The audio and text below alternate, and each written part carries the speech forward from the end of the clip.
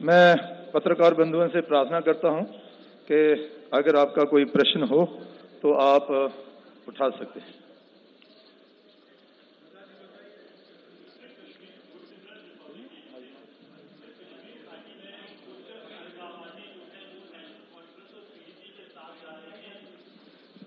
Sir, Gursimran Republic TV से। कश्मीर घाटी में कुछ अलगाववादी जो हैं वो अब पीडीपी और नेशनल कॉन्फ्रेंस का रुख कर रहे हैं, चाहे चुनाव में भाग लेना हो या सपोर्ट करना हो। इसको आप किस तरह से देखते हैं? देखिए, मुझे वो अलगाववादियों की चिंता नहीं है। जम्मू कश्मीर की जनता ने, घाटी और जम्मू क्षेत्र की जनता ने तय किया है कि आतंकवाद मुक्त जम्मू कश्मीर बनाने के लिए वो नरेंद्र मोदी जी के साथ है। मैं आशा करता हूं कि आपका सवाल श्रीमान राहुल गांधी ने देखा होगा।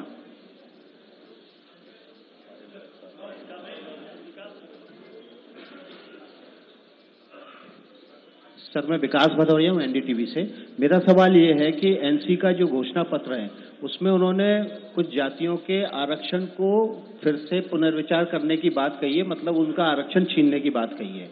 राहुल गांधी उसी के गठबंधन में है और वो आपके ऊपर आरोप लगाते रहे हैं कि बीजेपी 400 पार जाएगी तो आरक्षण ले लेगी, ये वो बयान देते रहे हैं और अभी भी कह रहे हैं कि आरक्षण हम खत्म नहीं होने देंगे। ये विरोधाभास नहीं दिखता आपको? जरूर विरोधाभास है। कांग्रेस का यही संस्कृति है, कथनी और करनी में बड़ा अंतर रखना। परंतु मैं आज जम्मू कश्मीर की जनता को आश्वस्त करना चाहता हूं, गुर्जर, बकरवाल, पहाड़ी और ओबीसी दलित भाइयों को जो आरक्षण मिला है उसको कोई छीन नहीं सकता। हम इसको निश्चित रूप से बरकरार रखेंगे, इसको नहीं मिटने देंगे। पायल जी, भाई माइक दो उनको, माइक।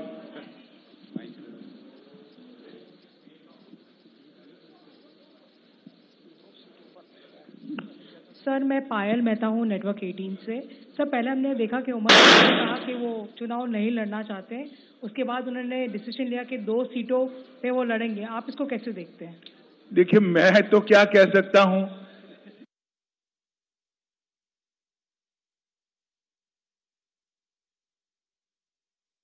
मानी जाएगी। पहले चुनाव लड़ना नहीं चाहते थे, वो भी डर बताता है, फिर दबाव आया कि लड़ो तो लड़ने के लिए 1 सीट पर पर्चा डाला।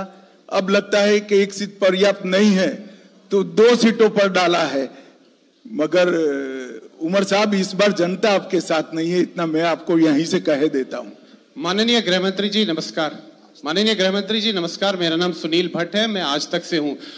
गृहमंत्री जी, आपने अभी थोड़ी देर पहले जब जो आपका मैनिफेस्टो है उसकी कुछ रूपरेखा के कुछ पॉइंट्स बताए, उसमें आपने कहा कि पंडित टीकालाल टपलू कोई पुनर्वास योजना होगी विस्थापित कश्मीरी पंडितों के लिए। उसमें ब्लूप्रिंट क्या रहेगा, वापसी का क्या ब्लूप्रिंट रहेगा, और साथ ही में जो कश्मीरी पंडित समुदाय के साथ जो नरसंहार हुआ, जो कि आप स्वयं भी कई बार कह चुके हैं कि समुदाय को प्रताड़ना झेलनी पड़ी, क्या उस पर जांच आयोग बैठेगा? नंबर 2, जो कश्मीरी पंडित समुदाय को गृह मंत्रालय की जो परिभाषा है, माइग्रेंट्स कहा जाता है, कश्मीरी माइग्रेंट्स, तो इसको आधिकारिक तौर पर आप क्यों नहीं मानते जेनोसाइड, और आधिकारिक तौर पर विस्थापित का दर्जा क्यों नहीं मिलता इंटरनली डिस्प्लेस्ड पर्संस का? धन्यवाद। ऐसे है, विस्थापित का दर्जा हमने आधिकारिक तौर पर दिया है। 2 प्रकार है, जो उस ओर से यहां आए हैं उनको माइग्रेंट कहते हैं। दूसरी बात, योजना बहुत डिटेल बनाई जाएगी और संपूर्ण पुनर्वसन की हम चिंता करेंगे। इसके पहले भी आनन फानन में जिनकी संपत्तियां बेच दी गई, जब टेररिज्म चरम सीमा पर था, तब काफी कश्मीरी पंडित और हिंदू सिख भाइयों ने अपनी संपत्ति बेचकर यहाँ आए थे, उचित दाम नहीं मिले थे, उनको योग्य दाम दिलाने का या तो संपत्ति वापस दिलाने का काम ऑलरेडी हम कर चुके हैं, और 6000 लोगों को बसाने का काम भी हमारा ऑलमोस्ट समाप्ति के कगार पर है। विकास चंद्रा।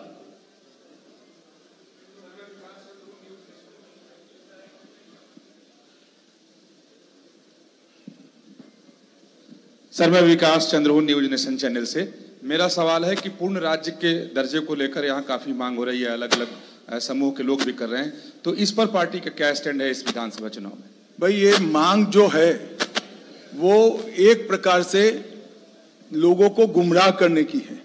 मैं ऑलरेडी पार्लियामेंट के फ्लोर पर कह चुका हूं कि हम पूर्ण राज्य का दर्जा देंगे, हमें कोई आपत्ति नहीं है। अब मांग किस चीज की कर रहे हैं?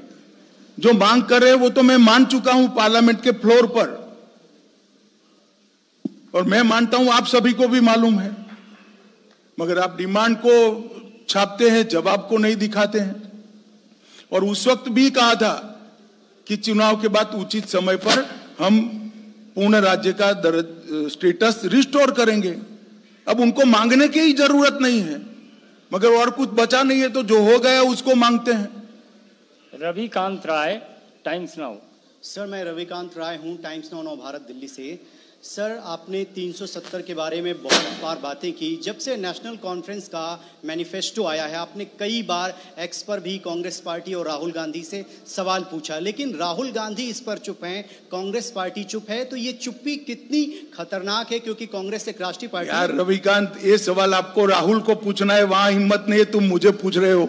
सर, उनको पूछो ना, काहे को चुप हो भाई? हाँ बोलो या ना बोलो, जो बोलना है वो बोलो। सर, अरे वो कुछ भी करे, कुछ होने वाला नहीं है। एनसी का एजेंडा जमीन पर नहीं उतरेगा।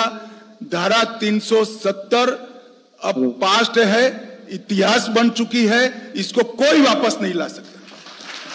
सर, एक दूसरा सवाल है इसी में कि राहुल गांधी बार बार कह रहे हैं कि जम्मू कश्मीर में बाहर के लोग राज कर रहे हैं। चलिए, अभी मैं इस तरह की टिप्पणियों को जवाब नहीं दे सकता।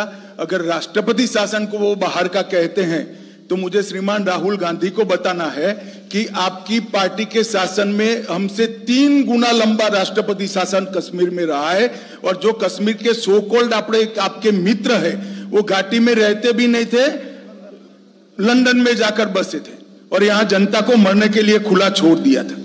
इंडिया डेली जम्मू से।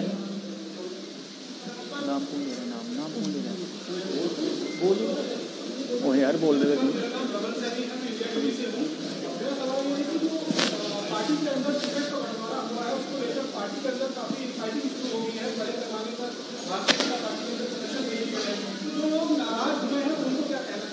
अरे भाई, ऐसा है, आप तो राजनीति में नहीं ना हो ना, हर बार टिकट बढ़ता है तब ऐसा होता है। चिंता मत करो, हमारा परिवार एक है। नीरज पांडे, आपके यहाँ बीट के लिए नहीं होता है ऐसा, हमारे यहाँ टिकट के लिए होता है। भले आदमी, छोड़ो यार। अमित जी बोलिए। अमित जी, मैं नीरज पांडे हुए एबीपी न्यूज से। रुक जाइए नीरज जी, रुक जाइए एक सेकंड, नीरज का समाप्त हो जाने दो। सर, नेशनल कॉन्फ्रेंस हर मंच से, हर रैलियों में कहती है कि हमारी सरकार आती है तो हम जम्मू कश्मीर के ध्वज को बहाल कर देंगे, और दूसरी वो बार बार ये बात करते हैं कि जम्मू कश्मीर के सहूलियत के लिए पाकिस्तान से हमारी सरकार को वार्ता करनी चाहिए। तो दोनों में आपका स्टैंड क्या है? देखिए, हमारा स्टैंड स्पष्ट है। वार्ता और बम धमाके दोनों साथ में नहीं चल सकते। हम पाकिस्तान की सरकार से वार्ता करने के पक्ष में नहीं है जब तक टेररिज्म समाप्त नहीं हो जाता, मगर हम जम्मू कश्मीर के घाटी के युवाओं के साथ जरूर बात करेंगे। कॉन्फ्रेंस और कांग्रेस का जो गठबंधन हुआ है, राहुल गांधी अभी आए थे, उन्होंने भी कहा, उमर अब्दुल्ला भी कह रहे हैं कि हम सरकार बनाने जा रहे हैं और आप जो है बुरी तरह से हार रहे हैं। 370 हटने के बाद यहाँ पर जो वादे आप लोगों ने किए थे वो तमाम वादे खोखले निकले, और उन्होंने बताया कि सरकार बनने के बाद हम सबसे पहले स्टेटहुड को रिस्टोर करेंगे। क्या कहेंगे सर? देखिए, स्टेटहुड रिस्टोर करने का सवाल ही नहीं, मैंने पहले भी कह दिया। हम पार्लियामेंट में मैं कह चुका हूं, फ्लोर पर कह चुका हूं कि हम स्टेटहुड रिस्टोर करेंगे। अब भला ये कौन सी मांग करें, मेरी समझ में नहीं आ रहा है। अमित पांडे, टीवी 18।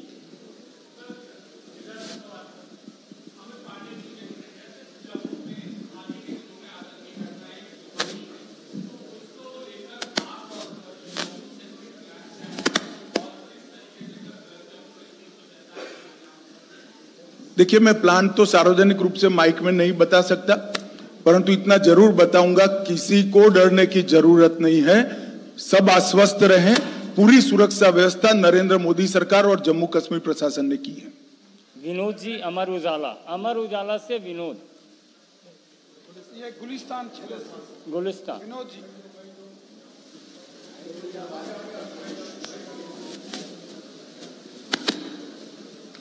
गृह मंत्री जी, उमर अब्दुल्ला ने अभी थोड़ी देर पहले स्टेटमेंट दी है और ये कहा है कि जिस तरीके से देश भर में मुसलमानों को दबाया जा रहा है, कुचला जा रहा है, मैं कश्मीर के मुसलमानों को आश्वस्त करता हूं कि कश्मीर में ऐसा नहीं होने दिया जाएगा। क्या ये फिरकापरस्ती की राजनीति नहीं है? कहीं पर ऐसा नहीं हो रहा है तो कश्मीर में होने का सवाल ही पैदा नहीं होता है। Jatin economic times. सर, पिछले कुछ दिनों से आपने एनडीए को बहुत एक्सपेंड किया है, तो अगर इन केस हंग असेंबली आती है तो यहाँ पे भी कुछ एनडीए में नया लाई जा सकता है? कोई हंग बंग नहीं आना है, बैठ जाओ। नवनीत राजस्थान पत्रिका पहले कर क्या हो रहा है? आपका क्वेश्चन हो जाए, चला देना। सबसे आगे, हाँ नहीं, आ गया।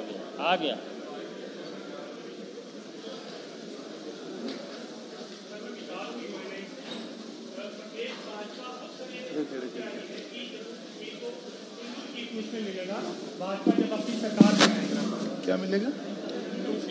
हिंदू चीफ मिनिस्टर मिलेगा। सपना पूरा करेगी। नहीं, आपका सुझाव जो है वो हम रखेंगे प्रदेश वालों के सामने कि आपका ऐसा सुझाव है। सर, ये प्रदेश भाजपा ही। अरे यार, मेरा सुझाव समझ लिए, प्रदेश के साथ आपके सुझाव पर चर्चा करेंगे। Thank you. Navneet Rajasthan Patrika. Sir, मैं राजस्थान पत्रिका से नवनीत मिश्रा हूं। महबूबा मुफ्ती ने मांग की है कि एलओसी बस सर्विस और ट्रेड सर्विस शुरू की जाए। पहला सवाल यह है, और दूसरा सवाल यह है कि फारूक अब्दुल्ला के जो थोड़ा आपका माइक नीचे रखो, ज्यादा इको आ रहा है। हाँ जी। महबूबा मुफ्ती ने सर एलओसी बस सर्विस और ट्रेड सर्विस दोनों शुरू करने की मांग की है। और दूसरा मेरा सवाल यह है कि फारूक अब्दुल्ला के जो पिता थे शेख अब्दुल्ला, उनको नेहरू जी ने 11 साल तक जेल में रखा, और आज के हालात में दोनों पार्टियां उसी कांग्रेस से वो गठबंधन करने जा रहे हैं, तो दोनों पे आपका क्या पक्ष है? देखिए, मेरा कोई पक्ष नहीं है, तो राहुल गांधी जी ने निर्णय करना है। उनकी दादी ने शेख अब्दुल्ला साहब को क्यों जेल में डाला था, क्यों डालना पड़ा था, ये सारी चीजें उनको सोचनी, इसमें मेरा कोई कहना नहीं है। जहां तक ट्रेड शुरू करने का सवाल है, जब तक टेररिज्म समाप्त नहीं होता, टेररिज्म का इकोसिस्टम बनता है, हम इसको हमारी इससे सहमति नहीं है। सुमिंद्र कुमार ANI, आप बोल लीजिए।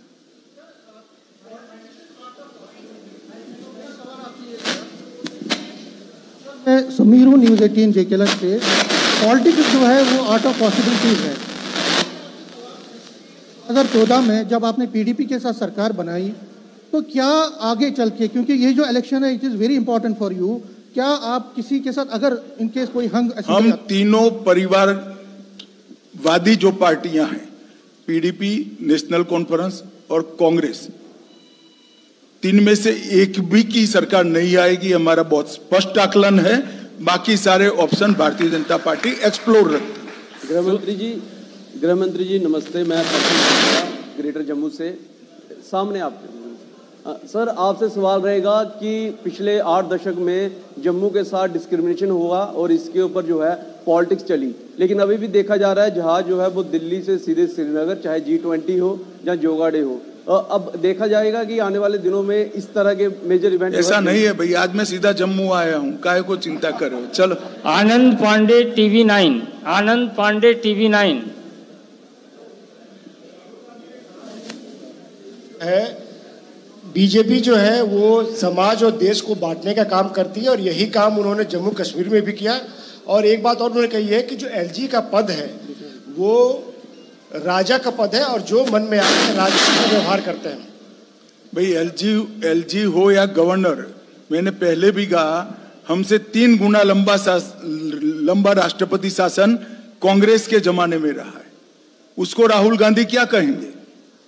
और हमें राष्ट्रपति शासन ही इसलिए डालना पड़ा है कि 70 साल तक एक कांग्रेस पार्टी ने यहाँ की मूलभूत समस्या और टेररिज्म, अलगाववाद को और धारा 370 हटाने के मसले पर ध्यान नहीं दिया था, जो हमने किया है।